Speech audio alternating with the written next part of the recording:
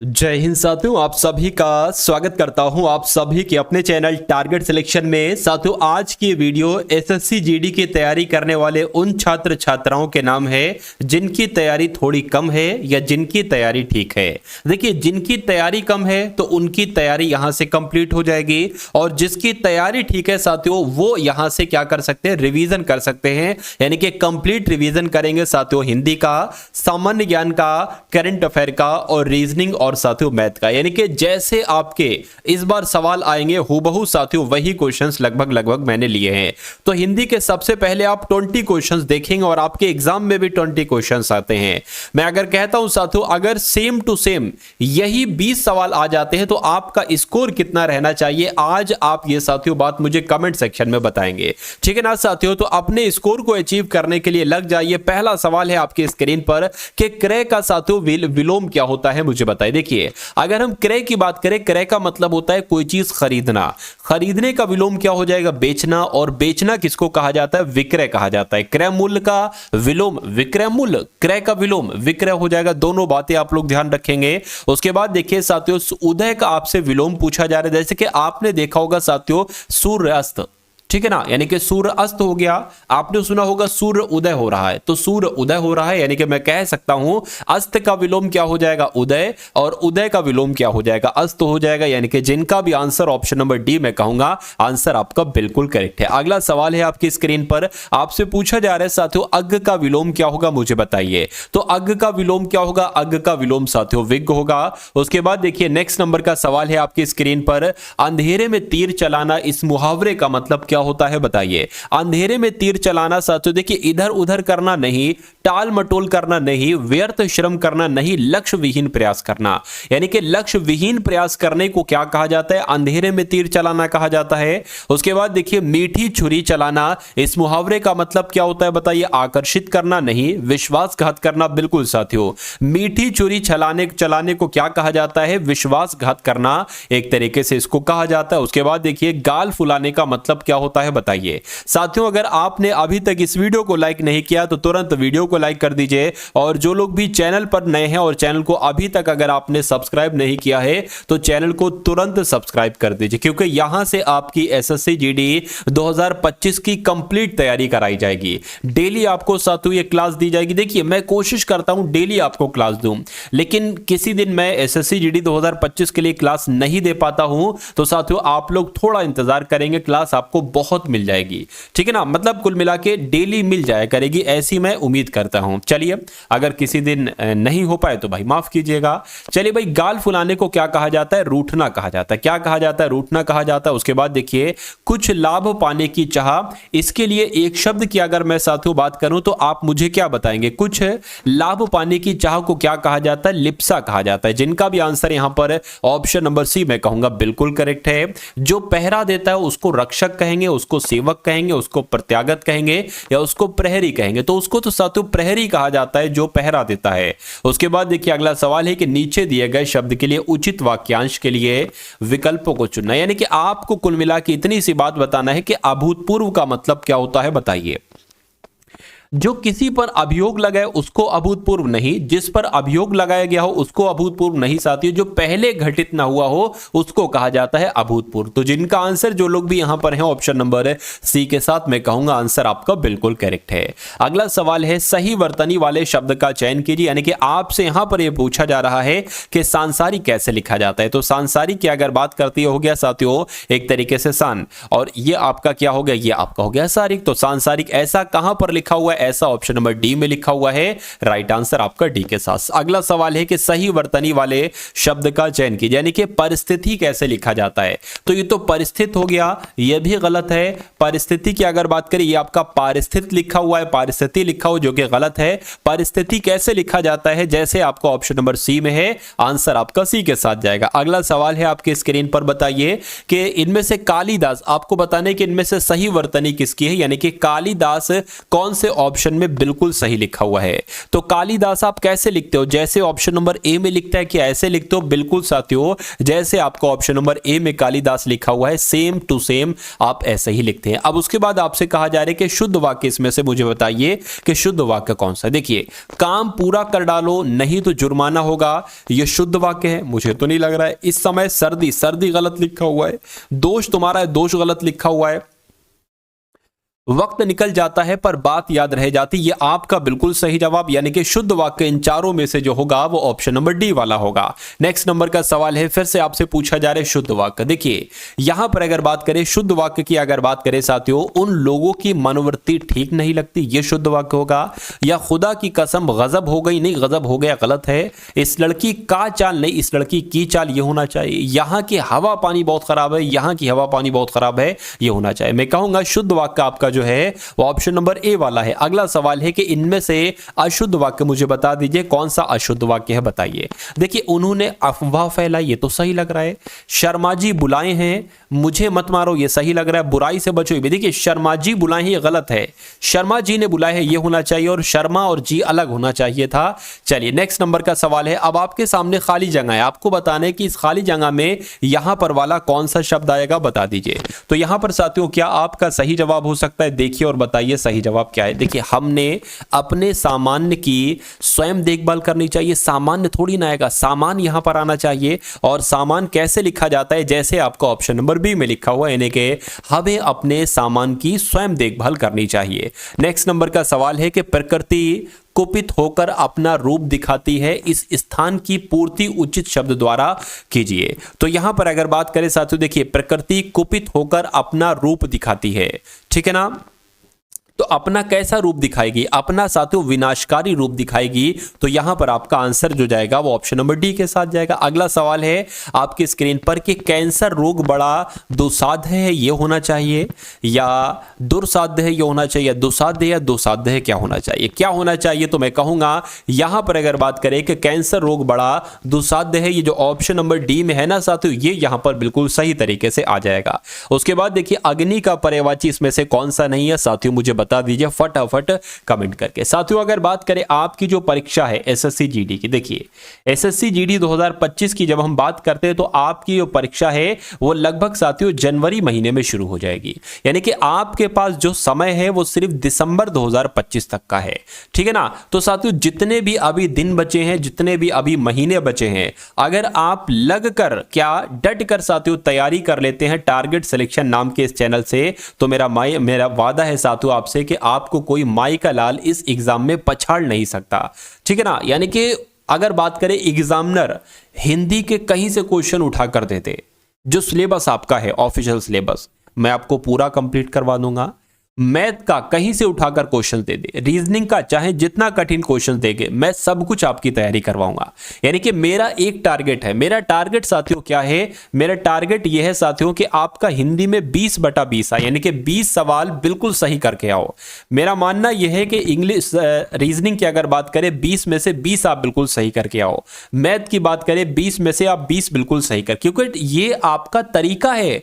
SSC GD में selection लिया जाता है इसी रणनीति के आधार पर, यानी कि 60 क्वेश्चन में से अगर आप 60 क्वेश्चन सही कर देते हैं, अरे मैं 60 नहीं मानता, मैं मान लेता हूं साथियों ये तकरीबन साथियों 57 क्वेश्चन मान लेता हूं, मान लीजिए 19 आप कर पाए। लेकिन जीएस की अगर बात करें, जीएस के साथियों जो आपके 20 सवाल आएंगे, मान लीजिए साथियों 15 सवाल आपने सही कर दिए, अरे 14 मान लेता हूं, इतनी तैयारी मैं आपको करवा दूंगा कि 14-15 सवाल आपके बिल्कुल सही हो जाए। अब यहां पर कितना टारगेट बैठता है, यहां पर आपका साथियों 71 का बैठता है। तो अगर 80 में से क्या 80 में से साथियों 71 सवाल अगर आप सही करके आ जाते हैं, तो कोई माई का लाल या कोई एग्जामिनर ऐसा नहीं है जो आपको फेल कर दे, आपका फाइनल लिस्ट में ना हो। और 71 सवाल अगर आप सही करके आ जाते हैं साथियों, तो ये समझ लीजिए फिर आपको टेंशन वगैरह लेने की जरूरत नहीं है। और मैं चाहता भी यही हूं, एग्जाम ऐसे दो, तैयारी ऐसे दो कि कट ऑफ की बार बार वीडियो देखने ना पड़े।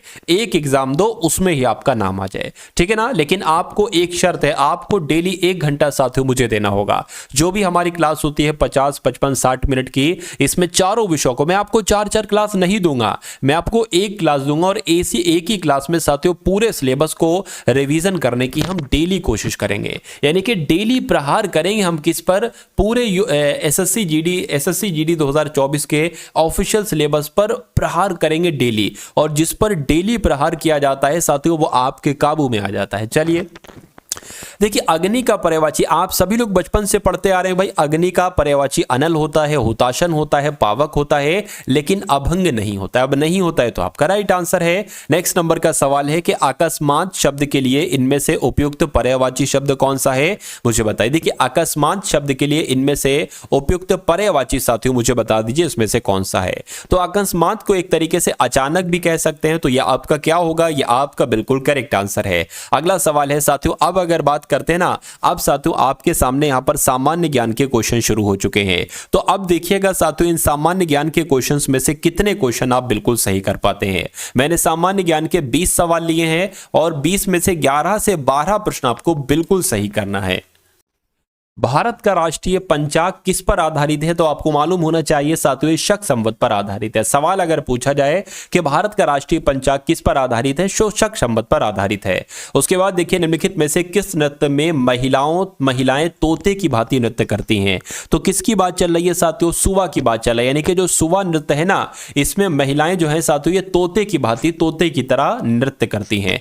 यक्षगान किस भारतीय राज्य का एक तरीके से लोक नृत्य है, मुझे बताइए। तो ये कहां पर साथियों क्या किया जाता है, ये तो कर्नाटक का लोक नृत्य है। आंसर जिनका भी ऑप्शन नंबर ए है मैं कहूंगा बिल्कुल करेक्ट है। कोलंबो किस देश की राजधानी है, कोलंबो कहां की राजधानी अगर आपसे पूछा जाए तो आप लोग ध्यान रखेंगे श्रीलंका की राजधानी। सवाल ऐसे भी बन सकता है कि श्रीलंका की राजधानी इसमें से कौन सी है, तो कोलंबो आप लोग साथियों बताएंगे। उसके बाद देखिए, नेक्स्ट नंबर का सवाल है कि बेहद किस कहां की, यानी कि बेहद की अगर बात करें तो ये कहां की मुद्रा है बताइए। तो ये तो थाईलैंड की है। कहां की है साथियों बेहद मुद्रा, थाईलैंड की मुद्रा क्या है साथियों, बेहद है। और बेहद कहां की मुद्रा है ये पूछे तो थाईलैंड आपको बताना है। उसके बाद देखिए, यूनेस्को का मुख्यालय कहां पर है बताइए। तो यूनेस्को का मुख्यालय साथियों फ्रांस की राजधानी पेरिस में है। कहां पर है यूनेस्को का मुख्यालय, यूनेस्को का मुख्यालय साथियों फ्रांस की राजधानी पेरिस में है। अगला सवाल है, देखिए आपको मैं जो बोल रहा हूं ना, आप वो सुन रहे हो, पढ़ा हो, आप पढ़ उसको रहे हो, तो आप जो सुनते हो, आप जो पढ़ते हो, वो आपके मनोमस्तिष्क में साथियों स्टोर होता रहता है। और मेरा मानना है कि जो भी मैं आपको पढ़ा रहा हूं वो कहीं ना कहीं आपके मनोमस्तिष्क में स्टोर हो रहा है। वो तब आपको देखने को मिलेगा जब एग्जाम में ये सवाल आपके सामने आएंगे।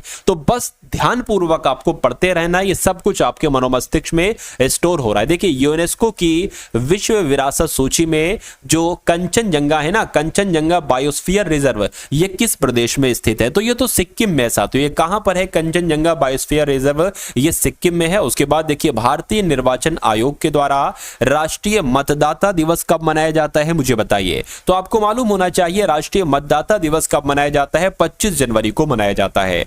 हिंदी दिवस की अगर बात करते हैं साथियों, हिंदी दिवस आपका ये कब मनाया जाता है, तो हिंदी दिवस साथियों 14 सितंबर की अगर बात करें, यानी कि 14 सितंबर को ही हर साल हिंदी दिवस मनाया जाता है। सुशासन दिवस की अगर बात करें, प्रतिवर्ष 25 दिसंबर की जयंती पर मनाया जाता है। तो किसकी जयंती पर मनाया जाता है मुझे बताइए। चलिए साथियों,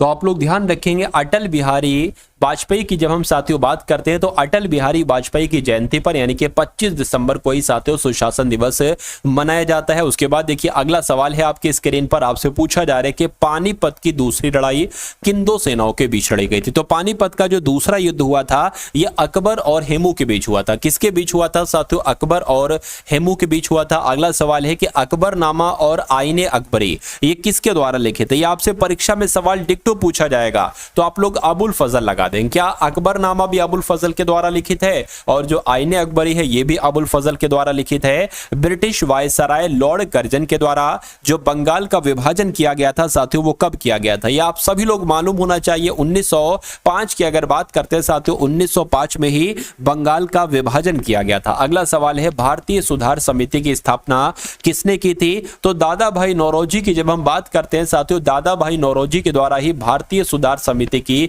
स्थापना की की गई थी आमार सोनार बांग्ला, यह बांग्लादेश का राष्ट्रगान है। पूछा जा रहा है कि आमार सोनार बांग्ला ये किसके द्वारा लिखित है, तो ये रविन्द्रनाथ टैगोर के द्वारा लिखित है। किसके द्वारा लिखित है? रविन्द्रनाथ टैगोर के द्वारा लिखित है आमार सोनार बांग्ला, और ये बांग्लादेश का राष्ट्रगान है। उसके बाद देखिए इनमें से कौन Indian society of oriental art के संस्थापकों में से एक हैं? तो यहां पर अगर बात करते हैं साथियों, क्या अवनींद्रनाथ टैगोर आपका राइट आंसर हो जाएगा, क्योंकि Indian society of oriental art के संस्थापक कौन है? तो एक तरीके से अवनींद्रनाथ टैगोर का नाम आप लोग ध्यान रखेंगे।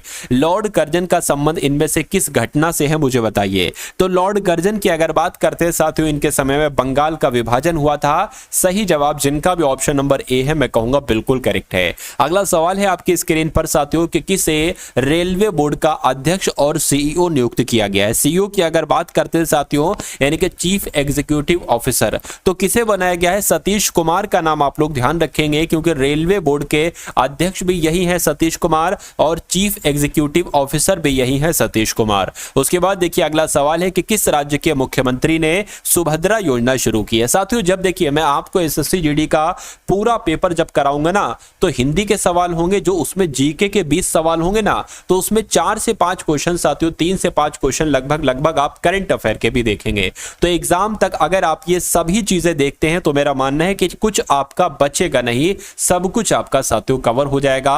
चलिए भाई, अब यहां पर अगर बात करते हैं सुभद्रा योजना की, किसकी? ये बहुत इंपॉर्टेंट योजना है साथियों, जो कि ओडिशा राज्य के द्वारा शुरू की गई है। यानी कि सुभद्रा योजना किस राज्य के मुख्यमंत्री ने शुरू की है? तो ओडिशा के मुख्यमंत्री ने शुरू की है। उसके बाद देखिए किसने प्रारंभिक बाल्यावस्था शिक्षा को बढ़ावा देने के लिए आरंभ कार्यक्रम शुरू किया है? तो आरंभ कार्यक्रम की अगर बात करते हैं साथियों, तो पंजाब के द्वारा शुरू किया गया है आरंभ कार्यक्रम। ये बात आपको साथियों मालूम होना चाहिए। आंसर यहां पर जिनका ऑप्शन नंबर सी है, मैं कहूंगा बिल्कुल करेक्ट है। अब यहां पर अगर बात करें साथियों, आपके सामने यहां पर रीजनिंग के टॉप लेवल के आपके क्वेश्चन शुरू हो चुके हैं। आप सभी को पता है साथियों कि रीजनिंग की अगर बात करते हैं, आपके एग्जाम में 20 क्वेश्चंस आएंगे। तो आज की इस वीडियो में साथियों मैं पूरे आपको 20 क्वेश्चंस कराऊंगा। आप देखिएगा कि आप इसमें कितने, यानी कि अगर ऐसे ही 20 क्वेश्चंस आ जाते हैं तो कितने क्वेश्चन आप बिल्कुल सही कर पाते हैं। मैं जो आपको टारगेट दे रहा हूं, यानी कि अगर ऐसा सवाल आते हैं तो कट ऑफ कितनी जा सकती है, तो यह समझ लीजिए साथियों 13 के ऊपर का ही आपका स्कोर होना चाहिए, 13 से कम आपका स्कोर नहीं होना चाहिए इन 20 सवालों में। देखिए इस सवाल की अगर बात करें, स्नूकर को 8 लिखा जाता है, रोब को साथियों 5 लिखा जाता है, तो क्रिकेट को क्या लिखा जाएगा मुझे बताइए। अगर कभी भी साथियों आपके सामने कोई वर्ड लिखा हो और उसके बाद कोई नंबर लिखा हो, फिर कोई वर्ड लिखा हो, फिर कोई नंबर हो, इसका मतलब ये अगर छोटा नंबर है तो ये माना जाएगा कि लेटर्स को काउंट कर दिया गया। 1 2 3 4 5 6 7, 7 है, 1 जोड़ दिया 8 बन जाएगा। 1 2 3 4, 4 है, 1 जोड़ दिया 5 बन जाएगा। उसी प्रकार 1 2 3 4 5 6 7, 7 है, 1 जोड़ दिया साथियों 8 बन जाएगा, और 8 आपका बिल्कुल सही जवाब हो जाएगा। यहां पर अगर बात करें, अगर छोटा नंबर है तो आप, मैंने तरीका बताया, लेकिन अगर यही नंबर साथियों बड़ा होता, जैसे कि 80 के आसपास का या 60 या 70 के आसपास का, तो हो सकता था इनको प्लस किया जाता, जैसे कि 19 प्लस 14 प्लस 15 प्लस 15 ऐसे करके। या अगर मान लेते नंबर बहुत बड़ा होता 300 400, तो हो सकता था ठीक है ना, इनको गुणा किया गया, लेकिन फिर तो बहुत बड़ा नंबर चला जाता। अगला सवाल है आपकी स्क्रीन पर, देखिए और मुझे बताइए कि आपका सही जवाब क्या हो सकता है। कि निम्नलिखित शब्दों के अक्षरों में एक समूह 3 से अधिक स्वर नहीं होने चाहिए। यानी कि जितने वर्ड आपको दिख रहे हैं अक्षरों में, एक समूह में से 3 से अधिक स्वर नहीं होने चाहिए। निम्नलिखित में से कौन इस नियम का पालन नहीं करता है? देखिए यहां पर अगर बात करते हैं साथियों, कितने 3 से अधिक स्वर ना हो, 3 हो, 2 हो, 1 हो। यहां पर देखिए 1 स्वर, ठीक है ना, और 2 स्वर। स्वर क्या होते हैं? स्वर मतलब वोवेल, यानी कि ए ई आई ओ यू, ये क्या हो गए? ये साथियों स्वर हो गए। ये साथियों क्या हो गए? ये साथियों आपके वोवेल हो गए। ठीक है, तो देखिए एक हो गया, 2 हो गया, यानी कि इसमें तो 2 स्वर आए हैं। ठीक है, 3 से ज्यादा ना हो ये कहा जा रहा है। अगर 3 से ज्यादा होगा ना, वही आपका आंसर होगा। देखिए 1 स्वर, 2 स्वर, 3 स्वर, यहां पर 3 स्वर हो गए। 3 से ज्यादा ना हो, जो 3 से ज्यादा जिस वर्ड में होंगे ना, वो आपका आंसर होगा। 1 स्वर और उसके बाद 2 स्वर, 3 स्वर, यहां पर भी 3 स्वर हैं। 1 स्वर, 2 स्वर, 3 स्वर, 4 स्वर, तो मैं कह सकता हूं यहां पर आपके 4 स्वर हो गए। 4 स्वर हो गए तो यह आपका बिल्कुल सही जवाब हो जाएगा। उसके बाद देखिए अगला सवाल है कि एक पिता ने अपने पुत्र के जन्म दिवस पर कुछ लड़के और लड़कियों को बुलाया। लड़कों की संख्या लड़कियों से 2 कम थी। क्या साथियों कहा जा रहा है? ध्यान से देखिएगा, पिता ने सभी लड़कों को 10 रुपए और सभी लड़कियों को 20 रुपए स्वरूप दिए। यदि कुल 280 रुपए खर्च हुए तो लड़कों की संख्या आपसे यहां पर पूछी जा रही है साथियों। तो सवाल को बहुत ध्यान से आपने पढ़ा। अब यहां पर अगर बात करते कैसे इस सवाल को करेंगे, अगर ये सवाल आपके एग्जाम में आ जाता है। अब देखिए यहां पर साथियों हम मान लेते हैं लड़कों की संख्या जो है वो x है। क्या अगर हम साथियों यहां पर ये मान ले कि जो लड़कों की संख्या है वो x है और लड़कियों की अगर बात करते हैं साथियों के लड़कियों की संख्या क्या है, तो ये भी मैं आपको बता देता हूं। लड़कियों की संख्या मान लेते x+2 है। क्यों? क्योंकि यहां पर कहा गया है ना साथियों कि एक पिता ने अपने पुत्र के जन्म दिवस पर कुछ लड़के और लड़कियों को बुलाए। ठीक है, लड़कों की संख्या लड़कियों से 2 कम है, यानी कि लड़कियों से 2 कम है। ये भी मैं कह सकता हूं लड़कियों की संख्या 2 ज्यादा है। तो अगर लड़कों की संख्या इतनी x है तो लड़कियों की संख्या 2 ज्यादा है, यानी कि x+2 हो जाएगी। इतनी बात आपको समझ में आ गई। अब अच्छा, उसके बाद यहां पर क्या कहा गया? कहा गया है कि पिता ने सभी लड़कों को 10 रुपए दिए। यानी कि देखिए अगर मान लीजिए x लड़के हैं और इनको अगर 10-10 रुपए दिए जा रहे हैं तो साथियों 10x यहां पर हो जाएगा बिल्कुल। उसके बाद कह रहे हैं कि सभी लड़कियों को 20 रुपए उपहार के रूप में दिए। तो मैं कहूंगा लड़कियों की संख्या कितनी? x+2। इनको 20-20 रुपए दिए तो 20 की गुणा कर दो और इनको अगर जोड़ दोगे तो हमें क्या पैसे मिल जाएंगे, यानी कि पैसे मालूम पड़ जाएंगे कि लड़कों को कुल कितने रुपए दिए गए और लड़कियों को कुल कितने रुपए दिए गए। और यहां पर कहा जा रहा है कि कुल 280 रुपए खर्च हुए, यानी कि लड़के और लड़कियों को कुल मिला के कितने रुपए दिए गए? 280 रुपए दिए गए। तो कह रहे हैं कि लड़कों की संख्या क्या है? लड़कों की संख्या x थी, यानी कि इसको आपको कैलकुलेट करके x का मान निकालना और वही आपका आंसर हो जाएगा। देखिए 10x यहां पर आपका हो गया, 20 की x से गुणा होगी तो यहां पर 20x हो जाएगा और यहां पर साथियों 20 दूना आपका 40 हो जाएगा। 280 आपका ये हो गया। देखिए इन दोनों को अगर जोड़ेंगे 10x प्लस 20x ये आपका 30x हो जाएगा और 40 उधर चला जाएगा, 280 में से माइनस होगा तो 240 यहां पर आ जाएगा। अगला स्टेप यहां पर मैं लिख देता हूं साथियों। देखिए यहां पर x है, यहां पर x है। अब देखिए अगला स्टेप क्या होगा? x बराबर 240/30 आ गया। 30 ये नीचे आ जाएगा भाग में इसके, 0 से ये 0 कैंसिल हो जाएगा। 3 एकम 3, 3 7 21, 3 8 24, यानी कि x का मान आपका क्या निकला?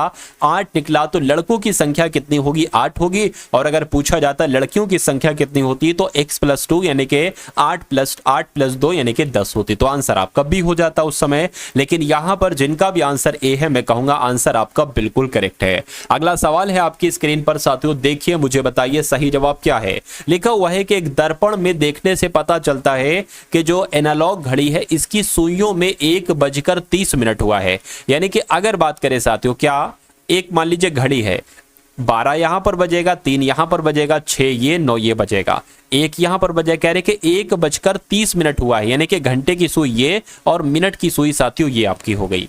ठीक है, कहां पर? दर्पण में देखने पर ये पता चलता है। लेकिन अगर कह रहे हैं कि तो बताओ सही समय क्या हुआ होगा, यानी कि दर्पण में अगर हम नहीं देखे, अगर हम साथियों रियल एक तरीके से देखें तो देखिए ये ऐसे करके टेढ़ी है ना, तो ये इस तरफ से थोड़ी सी टेढ़ी हो जाएगी और ये जहां पर सुई है वो तो वहीं पर रहेगी। तो ये क्या बजा है साथियों? ये 10:30 हुआ है। मैं कह सकता हूं साथियों 10:30 बजा है, इसलिए सही जवाब आपका ऑप्शन नंबर ए के साथ जाएगा। अगला सवाल है आपकी स्क्रीन पर, देखिए साथियों और मुझे बताइए कि आपका सही जवाब क्या हो सकता है। चलिए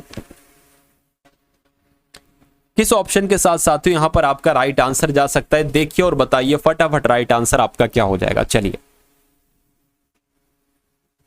साथियों अगर आपने इस वीडियो को अभी तक लाइक नहीं किया तो तुरंत साथियों इस वीडियो को आप लोग लाइक भी कर दीजिए और चैनल पर अगर नए हैं तो चैनल को सब्सक्राइब भी कर दीजिए। इसको मैं थोड़ा सही तरीके से लिख देता हूं, अभी आपकी समझ में नहीं आ रहा होगा लेकिन अभी आपकी समझ में आ गया। 45वें नंबर का ये सवाल है। देखिए ये लिखा हुआ है 15, ये लिखा हुआ है 25, ये लिखा हुआ है 30 और 15 के नीचे क्या है साथियों? 60 है और 60 के नीचे क्या है? 240 है। ठीक है, 25 के नीचे क्या है साथियों? 100 है और 100 के नीचे क्या है? 400 है। अब यहां पर आपको बताने कि यहां पर क्या नंबर आएगा और इसके नीचे है 480। अब देखिए ये 15 से 60 हुआ है, 60 से 240 हुआ, कैसे हुआ ये आपको बताना है। 25 से 100 हुआ है, 100 से 400 हुआ, कैसे हुआ है ये आपको बताना है। अब 30 से यहां पर क्या होगा, बस इतनी सी बात आपसे यहां पर पूछी जा रही। देखिए अगर हम साथियों 15 की गुणा 4 से कर दे तो 15 चौक 60 हो जाएगा, और अगर 60 की गुणा साथियों 4 से कर दे तो 240 हो जाएगा। अरे भाई 6 चौक 40 हो गया, ठीक है, 6 चौक 24 हो गया और 0 का 0 लगा दो। उसी प्रकार यहां पर साथियों अगर हम 25 की गुणा 4 से कर दें तो 100, और 100 की गुणा साथियों 4 से कर दे तो कितना 400, यानी कि अब 30 की अगर गुणा 4 से कर देते साथियों 4 3 12 यानी कि 120 आ जाएगा, और 120 की गुणा 12 से कर देते यानी कि 12 चौक 48 तो 480 आ जाएगा। तो मैं कहूंगा 120 हमारा बिल्कुल सही जवाब हो जाएगा। और जो लोग भी यहां पर हैं ऑप्शन नंबर सी के साथ, मैं कहूंगा आपका आंसर यहां पर साथियों बिल्कुल करेक्ट है। साथियों पूरे 20 क्वेश्चन देखिएगा, कितने पूरे 41वें नंबर से सवाल आपके शुरू है रीजनिंग के, और 60 तक चलेंगे, और उसके बाद साथियों मैथ के क्वेश्चंस को भी हम लोग देखेंगे, ठीक है ना। चलिए यहां पर अगर बात करें, एक आदमी अपने घर से यात्रा शुरू करता है और वो 5 किलोमीटर उत्तर की तरफ जाता है। तो मान लेते हैं साथियों 5 किलोमीटर उत्तर की तरफ चला गया, ठीक है, इतनी बात आपको समझ में आ गई। उसके बाद कह रहे हैं कि फिर वो दाईं ओर मुड़ता है और 10 किलोमीटर जाता है। तो दाईं ओर मुड़ा और 10 किलोमीटर चला गया, वहां से वो फिर से दाईं मुड़ता है और 10 किलोमीटर जाता है, वहां से फिर देखिए ये तो 5 हो जाएगा, और ये यानी कि कुल मिला के ये 10 आपका हो गया। उसके बाद कह रहे हैं कि वे अपने घर से कितनी दूरी पर है। सभी दूरियां काल्पनिक ढंग से मापी गई है, यानी कि वो उसका घर ये था और अभी वो यहां पर है, तो इसकी ये दूरी आपसे कुल मिला के पूछी जा रही है। तो हम मान लेते हैं ये दूरी साथियों आपसे पूछी जा रही है। अब इसकी ये दूरी साथियों कितनी, ये दूरी देखिए जब ये 10 है ना तो ये भी 10 हो जाएगी, और जब ये 10 है तो ये 10 नहीं होगी साथियों, पता क्या हो कितनी होगी, देखिए ये इतनी हो जाएगी। यानी कि ये अगर हम यहां से देखें तो यहां तो से तो हमें 5 ही मिलेगी, तो ये साथियों दूरी एक तरीके से कितनी हो जाएगी 5, यानी कि ये आपसे पूछी जा रही कर्ण की। आपको पता है ये कर्ण होता है, ठीक है ना, ये लंब होता है, ये आधार मान लेते हैं। तो कर्ण का स्क्वायर बराबर आधार का स्क्वायर प्लस लंब का स्क्वायर। कर्ण का स्क्वायर आपसे पूछा जा रहा है, आधार का स्क्वायर क्या हो जाएगा 10 हो जाएगा, ठीक है, और लंब कितना हो जाएगा 5 का स्क्वायर, यानी कि आपका ये 100 हो जाएगा और ये 25 हो जाएगा, यानी कि 125 हो जाएगा। तो मैं कह सकता हूं के स्क्वायर बराबर 125 है, तो के बराबर क्या हो जाएगा अंडर रूट 125 हो जाएगा। तो यानी कि के का आपसे यानी कि इसकी लंबाई जो होगी वो अंडर रूट 25 होगी, तो अंडर रूट 125 होगी। अंडर रूट 125 कहां पर लिखा हुआ है, ऑप्शन नंबर सी में लिखा हुआ है। यहां पर अगर बात करें लिखा हुआ है कौन से चिन्हों और संख्याओं को परस्पर बदल लेने से निम्नलिखित समीकरण सही बनेगा। अब देखिए आपके सामने जो समीकरण है वो 6 + 2 - 3 बराबर 16, यानी कि इनको कैलकुलेट करके 16 कैसे आएगा। अगर सपोज दैट साथियों मान लीजिए हम गुणा की जगह पर प्लस और प्लस की जगह पर गुणा लिख दे, और 3 की जगह पर 2, 2 की जगह पर 3 लिख दें, अगर कैलकुलेशन करके 16 आ जाता है तो हमारा ये आंसर होगा। लेकिन अगर 16 नहीं आता है तो ऑप्शन नंबर बी को चेक करेंगे, फिर सी को, फिर डी को। साथियों देखिए अब यहां पर गुणा की जगह पर प्लस, प्लस की जगह पर गुणा, तो प्लस है यहां पर साथियों गुणा आ जाएगा, 6 जैसे वैसे आ जाएगा, गुणा आ जाएगा, और 2 लिखा है ना साथियों तो 2 की जगह पर 3 आ जाएगा, 3 आ गया, ठीक है। माइनस जैसा लिखा है माइनस लिख दीजिए, 3 लिखा है 3 की जगह पर 2 आ जाएगा, तो इसको क्या कैलकुलेट करके 16 आएगा। देखिए जरा ये वाला 16, 6 × 18, ठीक है, 18 - 2 कितना होता है 16 होता है, यानी कि बिल्कुल 16 बराबर 16 हो गया। यानी कि पहला वाला ऑप्शन चेक किया और पहला वाला ही आपका बिल्कुल करेक्ट आंसर हो गया। उसके बाद देखिए नेक्स्ट नंबर का सवाल है। अब आपसे पूछा जा रहा है, देखिए साथियों MODERN को क्या लिखा जा सकता है, ठीक है, अच्छा नहीं क्रमशः यहां पर लिखा है ना, तो MODERN को YOUNGS लिखा जा सकता है। उसी लॉजिक के अकॉर्डिंग ORTHODOXY को क्या लिखा जा सकता है, OGBAOUOML लिखा जा सकता है। तो आपसे पूछा जा रहा है कि METHOD को क्या लिखा जा सकता है। अब देखिए ऐसा तो नहीं कि यहां पर METHOD का कोड लिखा हो, M लिखा हुआ है तो M का कोड O हो जाएगा। क्या O है साथियों यहां पर, O यहां पर कहीं आपको नहीं दिख रहा है, ठीक है ना। तो मैं कह सकता हूं ये तो साथियों नहीं लगा एक तरीके से लॉजिक। अब देखिए अच्छा सॉरी M का कोड Y होगा ना, Y होगा तो यहां पर Y लिखा हुआ बिल्कुल। E का कोड ढूंढिए, E कहां पर लिखा हुआ यहां पर, ठीक है, तो E का कोड N होगा बिल्कुल साथियों, N है, यानी कि Y हो गया, N हो गया। और उसके बाद T लिखा हुआ है, T कहां पर देखिए जरा, T कहां पर आपको दिख रहा होगा, टी अगर मान लेते साथियों ये लिखा हुआ है, और टी का कोड क्या लिखा हो जाएगा, तो साथियों 3 यानी कि बी आ जाएगा। तो यहां पर क्या आ गया, बी आ गया, यानी कि YNB इतना हो गया आपके सामने। उसके बाद एच का कोड जरा देखिए, एच का कोड कहां पर लिखा हुआ है, एच का कोड ये लिखा हुआ है चौथा वाला, तो 1 2 3 4 यानी कि ये हो जाएगा, ए आ गया यहां पर, ठीक है। उसके बाद ओडी का, ओ का कोड क्या हो जाएगा, ओ का कोड साथियों क्या हो जाएगा, ओ का कोड ओ ही है, ठीक है। और डी का कोड क्या हो जाएगा साथियों, डी का कोड क्या हो जाएगा 3 यानी कि यू हो जाएगा। तो ये वाला ऑप्शन साथियों कहां पर लिखा हुआ है देखिए और मुझे बताइए कि ऐसा ऑप्शन कहां पर लिखा हुआ है। YNBAOU ऐसा ऑप्शन ऑप्शन नंबर सी में लिखा हुआ है। तो जिनका आंसर यहां पर है ऑप्शन नंबर सी के साथ मैं कहूंगा बिल्कुल करेक्ट है। अब उसके बाद देखिए अगला सवाल है कि ऐसी आकृति बताइए जो निम्नलिखित समूह को सर्वाधिक दर्शाती है सही ढंग से। विमान है, पायलट है, आकाश है। अब देखिए आकाश के अंदर ही तो विमान आएगा तो ये विमान हो गया, यानी कि आकाश के अंदर ही तो सातों अंतर्गत ही तो विमान उड़ेगा और विमान के अंतर्गत ही तो पायलट होता है। तो मैं कहूंगा ऐसी आकृति सातों आपको कहां पर नजर आ रही है, यहां पर नहीं, यहां पर नहीं, यहां पर नहीं, यहां पर नजर आ रही है। तो डी आपका क्या होगा, बिल्कुल करेक्ट आंसर हो जाएगा। उसके बाद देखिए अगले नंबर का सातों सवाल है आपकी स्क्रीन पर। देखिए सवाल को और मुझे बता दीजिए कि आपका राइट आंसर यहां पर किस ऑप्शन के साथ जाएगा। देखिए निर्देश, निम्नलिखित शब्दों को शब्दकोश में जो क्रम होता है ना उसके अकॉर्डिंग साथियों आपसे कहा जा रहा है कि वैसा लिखकर यहां पर मुझे बता दीजिए। चलिए अब देखिए यहां पर अगर साथियों बात करते हैं तो AN लिखा हुआ है, A लिखा हुआ है, A लिखा हुआ है, A तो सब में है। अब S होता है ज्यादा, यानी कि S होता है 19 पर, R होता है 18 पर, ठीक है, S होता है 19 पर, यानी कि AN ये वाला आ सकता है और ये वाला आ सकता है। यहां पर ANL लिखा हुआ है और यहां पर भी ANAL लिखा हुआ है, Y लिखा हुआ है, Y लिखा हुआ है, Z बाद में आता है, पहले आता है S। तो मैं कहूंगा 5वां नंबर पहले आ जाएगा और उसके बाद ये वाला आ जाएगा पहला वाला, यानी कि 5 हो गया, आपका 1 हो गया। उसके बाद देखिए अब R तो 18 पर आता है, S 19 पर आता है, तो 3 वाला पहले आ जाएगा, यानी कि यहां पर 3 वाला हो गया। उसके बाद अब इनमें दोनों में से बताइए साथियों कौन सा पहले आएगा। A वाला पहले आएगा, यानी कि 4 हो गया और उसके बाद 2 हो गया। तो 513-42 कहां पर लिखा हुआ है, 513-42 तो ऑप्शन नंबर बी में ही लिखा हुआ है। तो इसलिए यही आपका क्या होगा, यही आपका साथियों बिल्कुल करेक्ट आंसर हो जाएगा। अगला सवाल है, लिखा हुआ है कि प्लस जो है ना ये गुणा के लिए है, प्लस गुणा के लिए है, माइनस अगर बात करते हैं यहां पर माइनस है, माइनस भाग के लिए है, ठीक है ना, माइनस भाग के लिए है और गुणा जोड़ के लिए, गुणा जोड़ के लिए है। और यहां पर क्या लिखा होना चाहिए, भाग लिखा होना चाहिए, भाग घटाने के लिए है। तो आपको बताना है कौन सा समीकरण साथियों सही है, ठीक है। इसकी अगर साथियों बात करें, यानी कि फिर से आपको कैलकुलेट करके ये नंबर लाना है, ये नंबर लाना है। देखिए अगर बात करें, मान लीजिए लिखा हुआ साथियों 12, ये 5 लिखा हुआ, ये वाला देख रहा हूं मैं, ये 4, ये 5 और ये साथियों ये। अब प्लस लिखा हुआ, प्लस के लिए गुणा, तो प्लस के लिए हमने गुणा लिख लिया। माइनस लिखा हुआ, माइनस की अगर माइनस भाग के लिए है तो साथियों माइनस के लिए यहां पर भाग आ गया। उसके बाद गुणा लिखा हुआ है, गुणा के लिए क्या है, एक सेकेंड,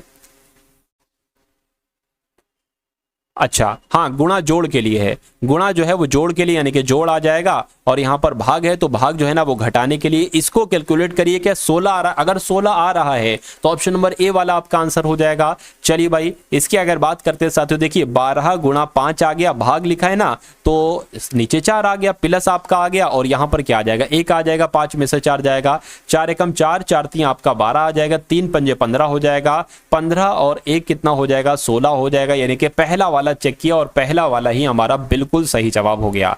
उसके बाद देखिए नेक्स्ट नंबर का सवाल है आपके स्क्रीन पर साथियों, देखिए और मुझे बताइए कि आपका सही जवाब क्या हो सकता है, बताइए फटाफट। चलिए देखिए 8 को 128 लिखा जाता है तो 6 को क्या लिखा जाएगा मुझे बताइए। अगर बात करें 8 की 128 की भाग 8 से करें, ठीक है ना, 8 की भाग 128 से करे क्या आता है, 8 एकम 8, 8 पंच 40, 8 छंग 48, यानी कि 16 आता है।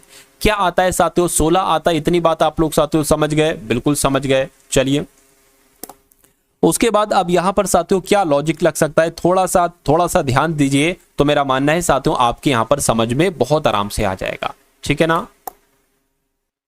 यानी कि कहने का मतलब यह है कि 16 की गुणा अगर 8 से कराएंगे तो 128 आ जाएगा, लेकिन क्या 16 की गुणा यहां पर हम लोग 6 से कराएंगे तो क्या साथियों ऑप्शन में से कुछ आ सकता है। 16 छंग तो साथियों कितना होता है, 16 पंजे 80, 16 छंग 96, तो ये तो साथियों होगा नहीं, ठीक है ना। अब यहां पर अगर बात करें ये नहीं होगा तो क्या होगा, देखिए ये लॉजिक हमारा फेल हो गया, ये लॉजिक नहीं लगा यहां पर। चलिए कोई दिक्कत नहीं। अब अगर यहां पर बात करें साथियों, देखिए अब यहां पर अगर बात करें अब क्या हो सकता है, एक सेकंड कलर में ले लेता हूं ये वाला। चलिए अब अगर बात करें साथियों, देखिए ये 128 है ना, ये साथियों 64 का डबल है, ये 64 का दुगना है। और ये क्या है, ये 8 का स्क्वायर है 64।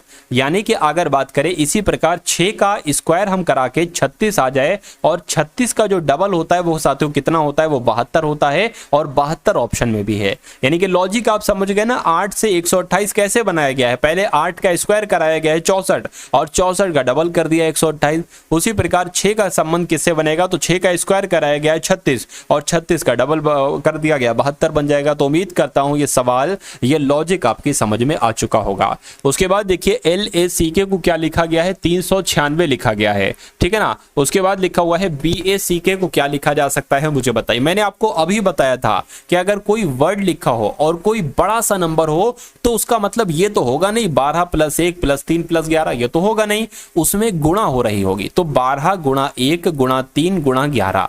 अब इनकी साथियों गुणा कराओ, देखिए 11 × 3 = 33 हो जाएगा, 12 यानी कि 12 की गुणा साथियों किससे करा लीजिए, 33 से करा लीजिए, ठीक है ना। 12 × 3 आपका 36, 12 × 3 आपका 36, 6 आ गया, 9 आ गया, 3 आ गया, बिल्कुल साथियों 396 आ गया। अब मैं कह सकता हूं कि 2 × 1 × 3 × 11 यानी कि 11 × 3 = 33, 33 दूना कितना हो जाएगा, 66 हो जाएंगे। तो 66 आपका बिल्कुल सही जवाब हो जाएगा, जिनका आंसर यहां पर ऑप्शन नंबर ए मैं कहूंगा आंसर आपका साथियों बिल्कुल करेक्ट है। अब उसके बाद आपको बताना है कि जैसे 36 से यहां पर 50 बनाया गया है, उसी प्रकार 64 से यहां पर क्या बनाया जा सकता है, 82, 78, 72 या 70। फटाफट आंसर आप लोग का यहां पर आना चाहिए। देखिए अगर बात करें साथियों 36 की और किसकी और 50 की, देखिए अगर हम इसको साथियों 6 का स्क्वायर मान ले तो क्या ये हमारा 7 का स्क्वायर हो सकता है, बिल्कुल, बस एक एक्स्ट्रा है। अरे भाई 6 का स्क्वायर 36 होता है, 7 का स्क्वायर 49 होता है, लेकिन एक घटाना पड़ेगा आपको। चलिए कोई दिक्कत नहीं। ये होता है साथियों 8 का स्क्वायर, यानी कि क्या यहाँ पर 9 का स्क्वायर करेंगे, बिल्कुल साथियों 9 का स्क्वायर कितना होता है, 9 का स्क्वायर 81 होता है। एक घटाने की बात चल रही है साथियों, सॉरी एक घटाना थोड़ी ना, एक बढ़ाना है यहाँ पर। अरे 7 का स्क्वायर 7 7 49, एक बढ़ाया गया है यहाँ पर, तो एक इसमें हमें बढ़ाना पड़ेगा, यानी कि यहाँ पर जो नंबर आएगा वो 82 आ जाएगा। 9 में 81 + 1 82 हो गया। और 82 कौन से ऑप्शन में है, ऑप्शन नंबर ए वाले में है। तो ये आपका बिल्कुल करेक्ट आंसर है। नेक्स्ट नंबर का सवाल है आपकी स्क्रीन पर, देखिए और मुझे बताइए कि आपका राइट आंसर यहाँ पर किस ऑप्शन के साथ जा सकता है। चलिए, यानी कि ऊष्मा का संबंध जैसे कैलोरी से है वैसे ही ध्वनि का संबंध किससे होगा, नॉट से, डेसिबल से, रिक्टर से या साथियों जूल से, बताइए। देखिए ऊष्मा का मात्रक क्या है, ऊष्मा का मात्रक कैलोरी है। तो ध्वनि का मात्रक क्या होता है, ध्वनि का मात्रक साथियों डेसिबल होता है, इसलिए सही जवाब आपका ऑप्शन नंबर बी हो जाता है। अब उसके बाद देखिए अगले नंबर का साथियों सवाल है। इस क्वेश्चन की अगर बात करें, क्वेश्चन अच्छा है, बड़े शानदार एक तरीके का क्वेश्चन है। तो इस क्वेश्चन की अगर बात करें साथियों देखिए और फटाफट मुझे बता दीजिए कि आपका राइट आंसर यहां पर किस ऑप्शन के साथ जाएगा। चलिए देखिए यहां पर अगर साथियों बात करें ABCDEF यानी कि 6 लोग हैं, यानी कि 6 लोग हैं, 3 व्यक्ति प्रति पंक्ति के अनुसार 2 पंक्तियों बैठे, यानी कि 2 पंक्ति यहां पर बताई गई हैं, एक पंक्ति ये और एक पंक्ति ये। एक पंक्ति में 3 लोग बैठे हैं और दूसरी पंक्ति में कितने लोग बैठे हैं, 3 लोग बैठे हैं, कुल मिला के 6 लोग हैं, ये यहां पर बताया गया है। उसके बाद क्या है कि ई किसी भी पंक्ति के अंत में नहीं बैठा, यानी कि ई कहां पर बैठेगा, ई बीच में बैठेगा। ई साथियों यहां पर भी बैठ सकता है और ई यहां पर भी बैठ सकता है। मान लीजिए 1 सेकंड के लिए हमने ई को नीचे बैठा दिया, अगर नीचे बैठाने पर हम आंसर तक पहुंच जाते हैं तो ठीक है, वरना फिर क्या करेंगे, फिर ई को ऊपर बैठा लेंगे। चलिए ई किसी भी पंक्ति के अंत में नहीं, यानी कि ई ना तो यहां हो सकता, ना यहां हो सकता, ना यहां हो सकता, ना यहां हो सकता, तो यहां पर हमने उसको बैठा दिया। उसके बाद कहने के F के बाएं और दूसरे स्थान पर D है। अब देखिए F के बाएं ओर बताया गया। अब देखिए जो यहां पर बैठे ना, यहां पर इनका मुंह इस तरफ है और जो यहां पर बैठे उनका मुंह साथियों इस तरफ है। तो अगर बात करें साथियों देखिए F के बाएं दूसरे स्थान पर, F के बाएं दूसरे स्थान पर कौन बताया गया है साथियों, F के बाएं दूसरे स्थान पर D बताया गया। ठीक है, इसको छोड़ दीजिए। कह रहे कि E का पड़ोसी है C, क्या E का पड़ोसी है C, यानी कि E का पड़ोसी कौन है, C है। तो C यहां पर भी बैठ सकता है, यहां पर भी बैठ सकता है, यहां पर भी C बैठ सकता है, यहां पर भी C बैठ सकता है। चलिए उसके बाद कह रहे हैं कि D के विकर्णवत सम्मुख है।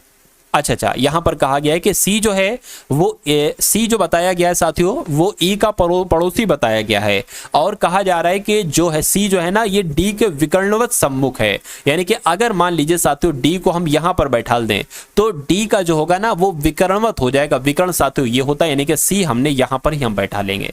इतनी बात आपको समझ में आ गई। चलिए ठीक है, इसको हम साथियों गायब कर देते हैं। उसके बाद क्या कहा जा रहा है कि एफ का पड़ोसी है बी, एफ का क्या पड़ोसी है साथियों, देखिए अब हम एफ को कहां पर बैठा लेंगे, एफ का पड़ोसी है बी, तो एफ को यहां पर साथियों और बी को यहां पर आप बैठा दीजिए। उसके बाद कह रहे हैं साथियों, अब दोबारा से इसको पढ़िए, कह रहे हैं कि ई किसी पंक्ति के अंत में नहीं है, ठीक है, ई किसी पंक्ति के अंत में नहीं है।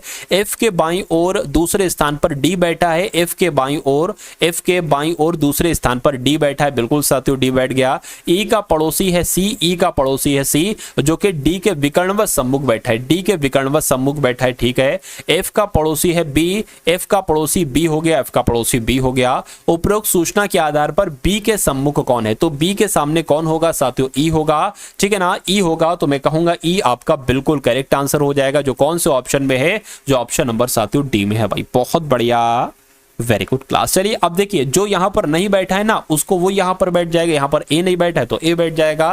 खैर हमें आंसर चाहिए था और आंसर हमें जो है वो मिल चुका है। यहां पर अगर बात करें साथियों, ए जेड डब्ल्यू डी, ए जेड डब्ल्यू है और उसके बाद साथियों लिखा गया है सी एक्स यू एफ, और उसके बाद आपको बताने कि यहां पर कौन से 4 लेटर आएंगे और उसके बाद जी टी क्यू जे ही आना चाहिए। तो इस सवाल को करने का तरीका क्या है साथियों, 2 सवाल इस टाइप के आपके रियल एग्जाम में अवश्य पूछे जाएंगे, तो ध्यान रखें कम से कम एक, ज्यादा से ज्यादा 2 जरूर आएगा। देखिए यहां पर साथियों ए से ये सी हुआ है, यानी कि साफ दिख रहा है साथियों 2 बड़ा है।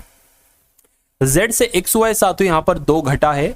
W से U हुआ है तो मैं कह सकता हूं क्या हुआ है, तो 2 घटा है साथियों। यहां पर अगर बात करें Z से फिर से 2 घटा है, और W से हुआ है साथियों फिर से आपका 2 घटा है, और D से F हुआ है तो मैं कहूंगा साथियों 2 बड़ा है, यानी कि पहले 2 बढ़ाया गया है, 2 घटाया गया, 2 घटाया गया, फिर 2 बढ़ा दिया गया है। तो इसमें अगर साथियों हम 2 बढ़ाएंगे तो कितना आ जाएगा, तो E आ जाएगा, ठीक है ना। इतनी बात साथियों आपको समझ में आ गई। अब हम इसमें 2 घटा देंगे तो कितना आ जाएगा साथियों, एक तरीके से आपका V आ जाएगा। इसमें साथियों फिर से 2 घटा देंगे, कितना आपका आ जाएगा, S आ जाएगा, ठीक है, S आ गया। और अब इसमें साथियों 2 बढ़ा देंगे तो कितना आ जाएगा, H आ जाएगा, यानी कि EVSH कहां पर लिखा हुआ है, EVSH आपका ऑप्शन नंबर ए में लिखा हुआ है। तो जो लोग भी यहां पर ऑप्शन नंबर ए के साथ हैं, मैं कहूंगा आंसर आपका बिल्कुल करेक्ट है भाई, बहुत बढ़िया, वेरी गुड क्लास। चलिए साथियों उसके बाद देखिए नेक्स्ट नंबर का सवाल है आपकी स्क्रीन पर, अच्छा क्वेश्चन है, देखिएगा और बताइएगा सही जवाब क्या है। देखिए लिखा हुआ है कि x जो y की बहन है, यानी कि y की बहन x जो, ठीक है ना, x जो है वह y की बहन है। तो इतनी बात आपको समझ में आ गई कि y की बहन है और y का बहन, वही y की बहन का नाम क्या है, x है।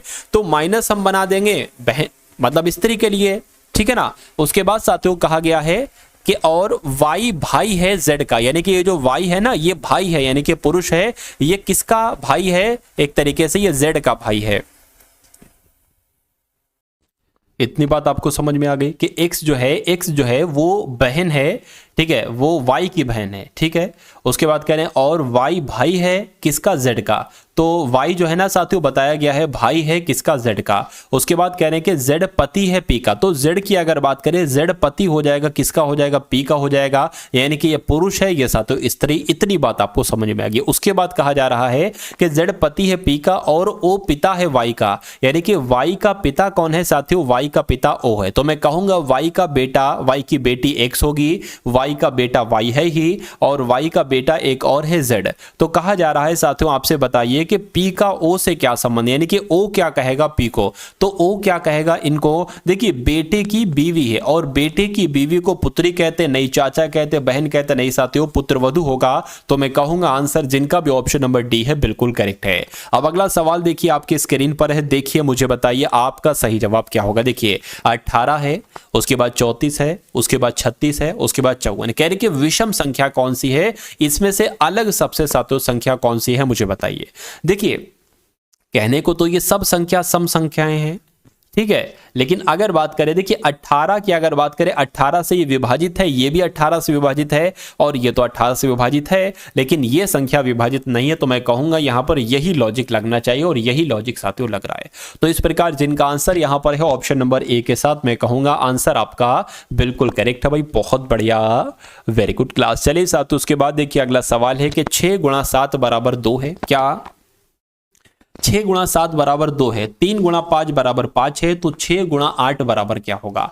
अब ये 6 गुणा 7 से 2 कैसे लिखा गया है, 6 सत्ते कितना होता है, 6 सत्ते तो साथियों 42 होता है, लेकिन यहां पर सिर्फ 2 लिखा हुआ है। 3 पंजे कितना होता है साथियों 15 होता है, लेकिन यहां पर सिर्फ 5 लिखा हुआ है। छः चंग 36, 6 सत्ते 42, 6 48 होना चाहिए। 48 है तो मैं कहूंगा सिर्फ 8 लिखा जाएगा। अरे भाई ये सिर्फ 2 लिखा गया है, यहां पर का सिर्फ 5 लिखा गया है, तो मैं कहूंगा यहां पर का सिर्फ 8 लिखा जाएगा। तो 6 और गुणा 8 को क्या लिखा जाएगा, 8 लिखा जाएगा। आंसर यहां पर आपका ऑप्शन नंबर ए के साथ जाएगा। नेक्स्ट नंबर का सवाल है कि राम ने अपने दामाद को एक लड़की का परिचय देते हुए कहा, मान लीजिए साथियों राम आप हो और आप किसी को परिचय, दामाद साहब को परिचय देते हुए कहते हो किसी लड़की के बारे में, कहने कि उसका भाई मेरे बहनोई का इकलौता बेटा है। यानी कि आपके बहनोई का इकलौता बेटा कौन होगा, आपका भांजा होगा। इतनी तो बात आपको समझ में है, ठीक है, ठीक है ना। इतनी बात साथियों क्या है, इतनी बात आपकी समझ में है। तो कह रहे हैं साथियों उसका भाई, क्या उसका भाई जो है वो मेरे बहनोई का इकलौता बेटा है, यानी कि मेरे बहनोई का इकलौता बेटा जो है ना, ठीक है, वो उसका भाई है। उसका भाई है तो वो क्या, वह लड़की राम की कौन होगी, साली, पुत्री भी नहीं होगी, भांजी होगी। तो भांजी होगी साथियों, इसलिए आंसर आपका ऑप्शन नंबर बी हो जाएगा। भांजी है ना, बी है, ठीक है। नेक्स्ट नंबर का सवाल है आपकी स्क्रीन पर। तो अब आपके यहां पर साथियों कौन से क्वेश्चन शुरू हो चुके हैं साथियों, मैथ के क्वेश्चंस अब आप लोग यहां पर देखेंगे। सभी के सभी एकदम टॉप लेवल के क्वेश्चन है, वही क्वेश्चन लिए हैं साथियों जो आपको आपके एग्जाम में देखने को मिलेंगे। तो बहुत अच्छे तरीके से इन सभी सवालों को देखिएगा और टॉप लेवल के क्वेश्चंस की तैयारी आप लोग कीजिएगा। देखिए कहा गया है कि 14 व्यक्ति किसी काम को 16 दिनों में करते हैं। तो मान लेते हैं साथियों अगर 14 व्यक्ति हैं, कोई काम 16 दिनों में कर रहे हैं, तो वो टोटल काम कितना है, टोटल काम कितना है इसकी गुणा करा लेंगे, हमें पता चल जाएगा टोटल कितना काम है। 6 चौक आपका 24 हो जाएगा, 6 कम 6 साथियों 8 हो जाएगा, यहाँ पर 14 आ जाएगा, यानी कि 4 और ये 12 हो जाएगा, ये 2 आपका हो जाएगा। यानी कि जो टोटल वर्क है, टोटल काम हुआ है, वो टोटल कितना काम हुआ है, 224 काम हुआ है। तो इसके सामने हम 224 रख देते हैं, ठीक है। उसके बाद क्या कहा जा रहा है, कह रहे हैं कि 8 व्यक्ति काम को शुरू करते हैं और 12 दिनों के बाद, यानी कि 8 व्यक्ति काम शुरू करते हैं और 12 दिनों तक काम करते रहते हैं। उसके बाद कुछ भी होता है हमें नहीं पता अभी।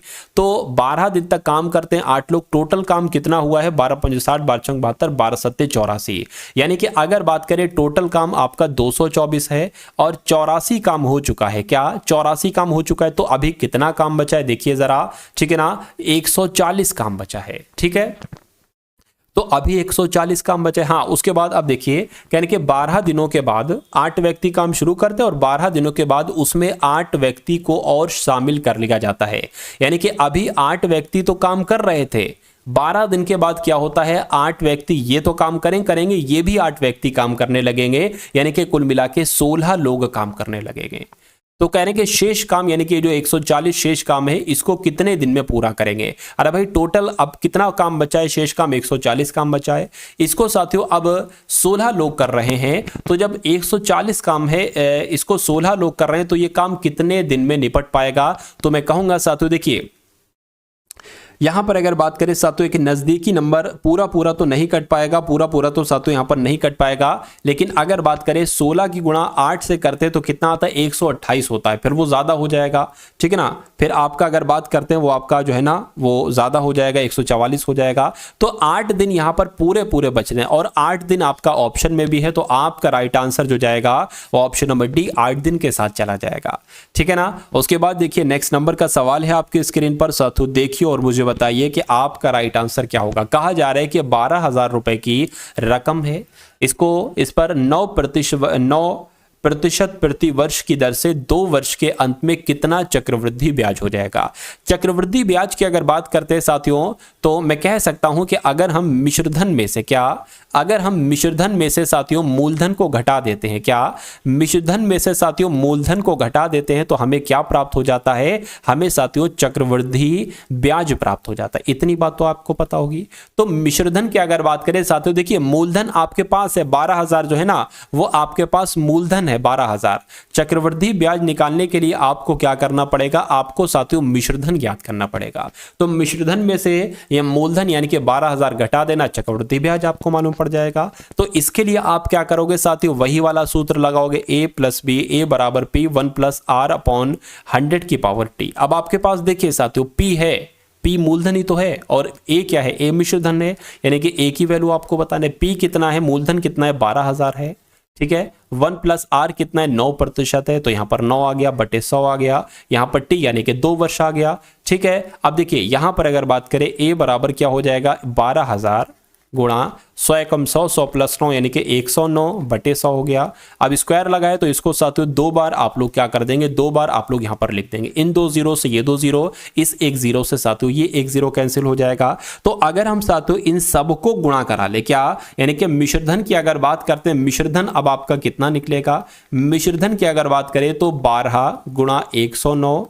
गुणा 109 और भाग कितना साथियों 10। तो इसकी मैं साथियों एक तरीके से कैलकुलेशन यहां पर करा लेता हूं, 12 गुणा 109 गुणा 109, ठीक है, और भाग आपका कितना है 10 है। यानी कि आपके सामने जो मिश्रधन आया है वो कितना मिश्रधन आया है, वो 14,257.2 मिश्रधन आया है। अब यहां पर से आपको चक्रवृद्धि ब्याज ज्ञात करना है, तो साथियों इसमें से 12,000 आप क्या कर देंगे, माइनस कर देंगे। कुछ ज्यादा हो गया, एक सेकेंड, आप क्या करेंगे साथियों, आप इसमें से 12,000 जो है ना वो माइनस कर देंगे। वो क्या कर देंगे, वो माइनस कर देंगे। तो जब साथियों इसमें से हम 12,000 को माइनस करते हैं, किसमें से, 14,252 में से, 14,252.2 है, ठीक है। इसमें से जब हम साथियों 12,000 माइनस करते हैं साथियों, तो कितना आपके सामने बचेगा, आपके सामने बचेगा 2252 रुपए 2, यानी कि 2252.2, ठीक है ना, इतने बचेंगे। तो ऐसा ऑप्शन कहां पर लिखा हुआ है, ऐसा ऑप्शन ऑप्शन नंबर बी में लिखा हुआ है। तो जो मैंने आपको तरीका, मिश्रधन आपको पता चल गया, मिश्रधन आपके सामने ये है, इसमें से आपने मूलधन घटा दिया, चक्रवृद्धि ब्याज आपके सामने आ गया। तो साथियों 2257.2 रुपए ये क्या है, ये आपका चक्रवृद्धि ब्याज है। उसके बाद देखिए नेक्स्ट नंबर का सवाल है आपकी स्क्रीन पर, देखिए और मुझे बताइए आपका सही जवाब क्या है। साथियों अगर आपने अभी तक इस वीडियो को लाइक नहीं किया है तो इस वीडियो को तुरंत आप लोग क्या कर दीजिए, लाइक कर दीजिए। और जो लोग चैनल पर नए हैं, जिन्होंने चैनल को अभी तक सब्सक्राइब नहीं किया है, तो आप सभी लोगों से रिक्वेस्ट करता हूं कि अगर आप वाकई में इस बार सिलेक्शन लेना चाहते हैं तो इस चैनल को तुरंत सब्सक्राइब कर दीजिए। अब देखिए एक सवाल यहां पर आपसे पूछा जाता है, सवाल आपसे पूछा जाता है कि भैया एक माली है जो कि 17,956 पेड़ इस प्रकार लगाता है कि पेड़ों की उतनी ही पंक्तियां हैं जितनी की एक पंक्ति में पेड़ हैं। यानी कि मान लीजिए अगर एक पंक्ति में 4 पेड़ हैं तो ये 4 ही पंक्तियां हैं, क्या ये 4 ही पंक्तियां हैं, क्या कहे जा रहे हैं, ये 4 ही पंक्तियां हैं, ठीक है ना। तो इस टाइप का सवाल, ये मतलब इस कॉन्सेप्ट पर कुछ ना कुछ सवाल आता है। माली की जगह कुछ भी हो सकता है, हो सकता हो एक ड्राइवर है वो इतनी गाड़ियां चलाता है, ऐसे करके कुछ भी मतलब पूछा जा सकता है। तो ये संख्या आपके लिए बहुत मेन पड़ती है, क्या ये संख्या आपकी साथियों बहुत यहां पर हेल्प कराएगी। देखिए यानी कि एक माली 17,956 पेड़ इस प्रकार लगाता है कि पेड़ों की उतनी ही पंक्तियां हैं जितने की एक पंक्ति में पेड़ हैं। एक पंक्ति में पेड़ों की संख्या क्या है, तो अगर ऐसा सवाल आपसे पूछा जाए, देखिए अब ये एक जो नंबर आपको दिया जाएगा ना, ये किसी का स्क्वायर होगा। किसका स्क्वायर होगा, इन्हीं ऑप्शन में से किसी ना किसी संख्या का स्क्वायर होगा। बस आपको इतनी सी बात देखना होगी कि ऑप्शन में से ये किस संख्या का स्क्वायर है। जिस संख्या का स्क्वायर है वही आपका राइट आंसर हो जाएगा। अब देखिए यहां पर अगर बात करें 136 गुणा 136 जब आप कराओगे, 136 गुणा 136 आप कराओगे, 6 छंग 36 हो जाएगा, 6 तियां कितना हो जाएगा 18 और 21 आपका हो गया, 6 कम 6 7 8 आपका हो गया, 3 छंग आपका 18 हो गया, ठीक है ना, 3 तियां 9, 1 आपका 10 हो गया, 3 एकम 3 आपका 1 4 हो गया। अब और अगर बात करें, अब यहां पर 136 पूरा आ जाएगा, 136 आ गया, 6 आ गया, 9 आ गया, यहां पर साथियों 14 आ गया, यहां पर 8 और 1 आ गया। ये तो साथियों नहीं मिला, यानी कि 136 करा, 136 का स्क्वायर तो 18,496 होता है, तो ये क्या होगा, ये हमारा आंसर नहीं होगा। अब इसको ट्राई कीजिए साथियों, 134 का क्या कराइए, स्क्वायर कराइए साथियों। देखिए 4 चौक 16 हो जाएगा, 4 तियां 12 और 1 आपका 13 हो जाएगा, 4 एकम 4 5 हो जाएगा, 3 चौक आपका 12 हो जाएगा, 3 तियां 9 और आपका 1 10 हो जाएगा, 3 एकम 3 4 हो जाएगा। उसके बाद अगर बात करें 134 लिख दो, क्या 134 लिख दो, 6 आ गया, 5 आ गया, 9 आ गया, ठीक है, 7 आ गया, 1 आ गया। बिल्कुल साथियों 17,956 हमें प्राप्त हो गया। यानी कि 17,956 किस संख्या का स्क्वायर है, 134 का स्क्वायर है। तो आपका राइट आंसर किस ऑप्शन के साथ जाएगा, ऑप्शन नंबर बी के साथ जाएगा। भाई बहुत बढ़िया, वेरी गुड क्लास। अगला सवाल है आपकी स्क्रीन पर, देखिए मुझे बताइए आपका राइट आंसर यहां पर किस ऑप्शन के साथ जाएगा। कहा गया है कि साइमन ने एक साइकिल 6810 रुपए में खरीदी, उसने 13.5% वैट अदा किया, ठीक है, यानी कि वैट यानी कि एक टैक्स होता है एक तरीके का। तो जो 6810 रुपए वो देकर आया, इसमें ही मतलब वो 13.5 रुपए का वो ऐड करके है, इसमें मतलब 13.5 रुपए वैट ऐड है, ऐड अभी और ऐड नहीं करना, इसमें ऑलरेडी ऐड है। तो कहने के साइकिल की सूचीबद्ध कीमत क्या है, यानी कि अगर ये वैट ना होता, 13.5% इसमें ऐड ना होता तो राशि कितनी होती, तो कीमत कितनी होगी, ये आपसे यहां पर पूछा जा रहा है। तो मैं कह सकता हूं 13.5%, तो इसको मैं ऐसे लिख सकता हूं 113.5%। इसकी वैल्यू कितनी दे रखी है, 6810 दे रखी है।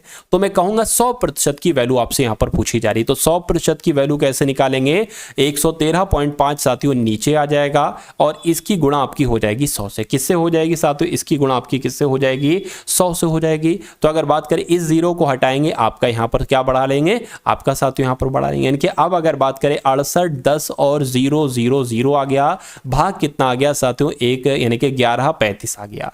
तो अब अगर बात करें साथियों, अब देखिए इसको अगर हम कैलकुलेट कराएं तो 5 से कैलकुलेट करा लेते हैं। 5 से कैलकुलेट, देखिए 5 दूना 10 हो जाएगा भाई, 5 दूना 10 हो गया और फिर से 5 दूना 10 हो जाएगा और 3 जाएगा, 5 सत्ते 35 हो गया। इसकी अगर बात करें 5 छक्कम 5, 5 तीन 15 हो गया, 5 छंग आपका 30 हो गया, 5 दूना 10 हो गया, 0 0 0 आ गया। ठीक है ना। अब देखिए, अब आप ये देखिए कि 227 की किससे गुणा करें कि 1300, ठीक है ना, 1362 आ जाए। क्या आ जाए साथियों, 1362 आ जाए। तो थोड़ा सा अगर आप दिमाग लगाएंगे तो साथियों आप सही जगह तक पहुंच जाएंगे। देखिए अगर हम साथियों इसकी 5 से गुणा कराएं, क्या अगर हम इसकी 5 से गुणा कराएं तो देखिए कितना आता है, देखिए डायरेक्ट एकदम कट जाएगा। 5 सत्ते आपका 35 हो जाएगा, 5 दूना 10 13 हो गया, 5 दूना 10 11 हो गया, 1135 आया। हमें 1300 चाहिए तो एक और बढ़ाओ, ठीक है ना। क्या बढ़ाओ, यानी कि 227 की गुणा किससे करा लो, 6 से करा लो। क्या किससे करा लो, 6 से करा लो। एक बार देखिए 6 छंग 36, 6 सत्ते 42 हो गया, 6 दूना 12, 13 14 15 16 आपका हो गया, 6 दूना 12 13 हो गया। बिल्कुल साथियों 1362 आ गया। यानी कि 227 एकम 227 और 227 छंग कितने हो जाएंगे, 1362 हो जाएंगे। तो 6 आ गया, 3 जीरो है साथियों, यहां पर 3 जीरो आ गए। तो साइकिल की सूचीबद्ध कीमत कितनी हो जाएगी, 6000 हो जाएगी। तो 6000 आपका बिल्कुल सही जवाब हो जाएगा, जिनका आंसर यहां पर है ऑप्शन नंबर सी। मैं कहूंगा आंसर आपका बिल्कुल करेक्ट भाई, बहुत बढ़िया, वेरी गुड क्लास। चलिए साथियों उसके बाद है नेक्स्ट नंबर का सवाल है आपकी स्क्रीन पर। चलिए देखिए सवाल को और मुझे बताइए कि आपका यहां पर साथियों राइट आंसर किस ऑप्शन के साथ जाएगा। फटाफट आंसर को आप लोग बताने की कोशिश कीजिएगा। लिखा हुआ है 2880 रुपए में बेचा जाता है। क्या अगर एक घड़ी को 2880 रुपए में बेचा जाता है तो विक्रेता को 10% की हानि होती है। कह रहे कि 10% का अगर उसको लाभ प्राप्त करना हो तो वो साइकिल को कितने रुपए में बेचेगा। देखिए 10% की हानि पर जब वो बेचता है तो वो बिकती है 2880 रुपए में, यानी कि ये 90% की वैल्यू दे रखी है। अगर यहां पर ये होता साथियों, क्या होता, अगर यहां पर होता 10% के लाभ से बेचता है तो मैं लिखता 110% की वैल्यू 2880 है। लेकिन यहां पर 10% की हानि से वो बेच रहा है तो मैं कहूंगा 90% की वैल्यू 2880 है। तो 10% के लाभ से आपको बताना, यानी कि आपको 110 की वैल्यू बताना है। तो 90% बराबर 880, यानी कि अगर हम 2880 बटे 90 आ जाएगा तो ये 1% की वैल्यू निकल आएगी। हमें 110 की वैल्यू निकालना है तो इधर भी हम 110 की गुणा कराएंगे और इधर भी हम 110 की गुणा कराएंगे। इसको सॉल्व कर लोगे आपको मालूम पड़ जाएगा, हाँ भाई 10% से लाभ से जब बेचेगा तो वो कितने रुपए में बेचेगा। देखिए 0 से 0 कट गया, ठीक है ना। 9 3 27, 9 दूना 18, 32 की जब हम 11 से गुणा करेंगे तो साथियों कितना आ जाएगा, 2 5 3, यानी कि 3520 आ जाएगा। तो मैं कहूंगा 3520 आपका बिल्कुल सही जवाब हो जाएगा। यानी कि जब 10% लाभ पर उसे वो बेचेगा तो वो 3520 रुपए की बिकेगी। उसके बाद देखिए नेक्स्ट नंबर का सवाल है आपकी स्क्रीन पर, देखिए और मुझे बताइए कि आपका राइट आंसर यहां पर किस ऑप्शन के साथ जाएगा। चलिए भाई देखिए यहां पर अगर हम लोग बात करते हैं, कह रहे हैं कि ए और बी एक काम को 15 दिनों में करता है। बहुत शानदार क्वेश्चन है। तो लिख लिया हमने यहां पर क्या, ए और बी, क्या लिख लिया साथियों, ठीक है ना।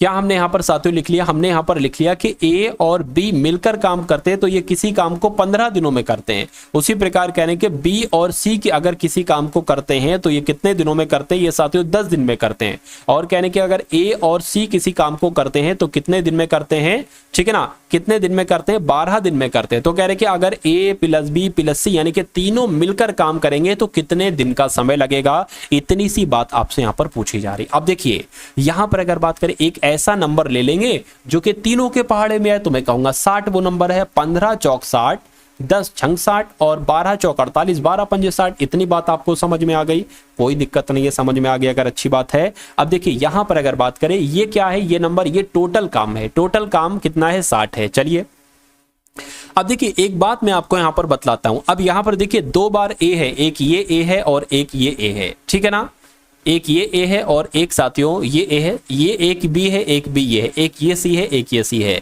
तो मैं इसको लिख सकता हूं टोइज ऑफ, यानी कि 2 ब्रैकेट में ए प्लस बी प्लस सी। इतनी साथियों मैं बात लिख सकता हूं। आप कहेंगे बिल्कुल लिख सकते हैं भाई, बिल्कुल लिख सकते हैं। अब देखिए, अब अगर बात करते हैं साथियों इन सभी की, अगर बात करते हैं कितने दिन लगते हैं, 4 और 6 10 15, यानी कि 15 यहां पर आ जाएगा। तो मैं कहूंगा साथियों ए प्लस बी प्लस सी बराबर, इनको ये पूरा काम करने में साथियों एक तरीके से जो है ना, ये कितना काम, मतलब तीनों मिलकर कितना काम करते हैं, तो 15 बटे ये क्या आ जाएगा, 2 यहां पर साथियों नीचे आ जाएगा, ठीक है ना, 15 बटे 2, यानी कि ये तीनों एक दिन में कितना काम करते हैं, 15 बटे 7 काम, 15 बटे 2 काम करते हैं। यानी कि एक दिन का काम ये है, तीनों मिलकर एक दिन में 15 बटे 2 काम करते हैं और टोटल काम 60 है। यानी कि अगर टोटल काम 60 है और तीनों लोग मिलकर 15 बटे 2 काम करते हैं, तो देखिए ये 2 ऊपर चला जाएगा, यहां से हट जाएगा, 15 एकम 15, 15 चौक 60 हो जाएंगे, 4 दूना 8 हो जाएगा। यानी कि तीनों मिलकर अगर काम करेंगे तो 8 दिन में काम होगा साथियों। 8 दिन आपका बिल्कुल करेक्ट आंसर हो जाएगा, जिनका आंसर यहां पर डी, मैं कहूंगा आंसर आपका बिल्कुल करेक्ट है। अगला सवाल है आपकी स्क्रीन पर, देखिए और मुझे बताइए कि आपका राइट आंसर यहां पर साथियों किस ऑप्शन के साथ जाएगा, फटाफट आप लोग बता दीजिए।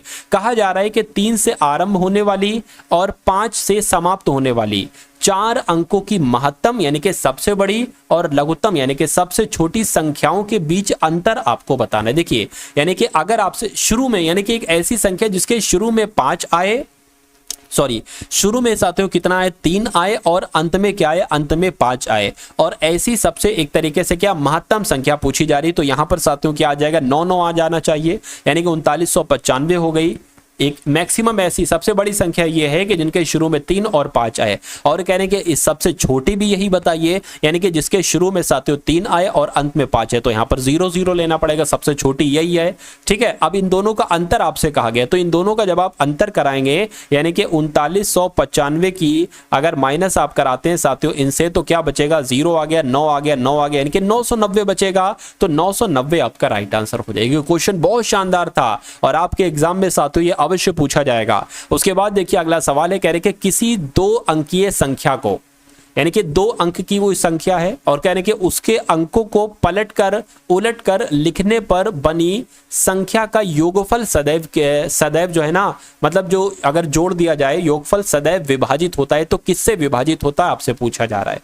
देखिए कहने का मतलब यह है कि कोई 2 अंक की संख्या है, ठीक है ना, कोई भी साथियों 2 अंक की संख्या, मान लीजिए साथियों 36 2 अंक की संख्या है, तो ये संख्या, ठीक है ना, और उसके अंकों को उलटकर जो बनी नई संख्या यानी कि 6 और 3 यही तो बनेगी साथियों, ठीक है ना। तो इनका योगफल कर दिया है, इनका योगफल कितना हो जाएगा, 9 9, यानी कि ये जो योगफल आया है साथियों, कहने कि ये योगफल हमेशा किससे विभाजित होगा, 2 से नहीं, 3 से हो जाएगा, 7 से नहीं होगा, 11 से साथियों हो जाएगा। मतलब इनके कहने का मतलब ये है कि यहां पर तो मैंने 3 6 और 6 3 लिखा था, आप कोई भी संख्या उठा दो, मान लीजिए आप 2 4 उठा दो और इनके संख्याओं को अगर पलटेंगे तो 4 2 आ जाएगा, इनको अगर आप जोड़ोगे तो 6 6, ये किससे विभाजित होगा, हमेशा 2 से थोड़ी ना होगा, ठीक है ना। कोई संख्या ऐसी है जो 2 से नहीं हो रही, लेकिन हमेशा वो संख्या 11 से जरूर विभाजित होगी। यानी कि कोई दुनिया की कोई भी संख्या आप ले लो, 8 2 ले लो और उसको आप पलट दोगे ना तो 2 8 कर दो, जब आप इनको जोड़ोगे तो कितना आ जाएगा, ये 10 आ गया आपका और यहां पर 11 आ गया, यानी कि ये किससे विभाजित है, ये 11 से विभाजित है। तो कैसी लगी साथियों आपको ये क्लास, इसमें आपने हिंदी देखी, सामान्य ज्ञान देखी, करंट अफेयर देखी, आपने रीजनिंग देखी, आपने मैथ देखे, मैथ के 10 सवाल ही देखे आपने, रीजनिंग के 20 क्वेश्चन देखे। तो क्लास आपको कैसी लगी एक बार कमेंट सेक्शन में जरूर बताइएगा।